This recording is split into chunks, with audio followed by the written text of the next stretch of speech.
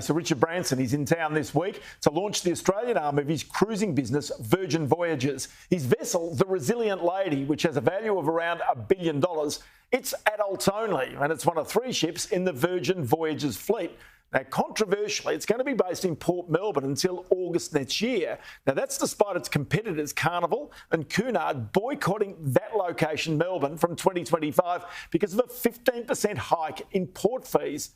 Now, this is the first time in more than 20 years Branson has launched a Virgin company in Australia, not since the airline Virgin Blue, now, of course, called Virgin Australia. That was back in 2000. Branson now owns 5% of the Australian airline after, of course, it went broke and then was reconstructed. Ortenzia Borre sat down with Richard Branson for a one-on-one interview, and he lashed out at the Australian government for letting Qantas uphold an unfair advantage in the airline industry.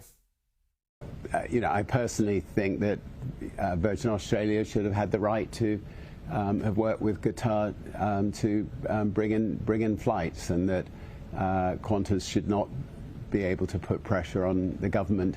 Qantas is not, owned by the government. It's owned by it's a private company. It's a public-private company, and it should not be getting special favours. And to have an even playing field, it's important that the government treat airlines evenly. Yep, that'll make the government happy. The full interview on our weekend program, Business Weekend, this Sunday from 11 a.m.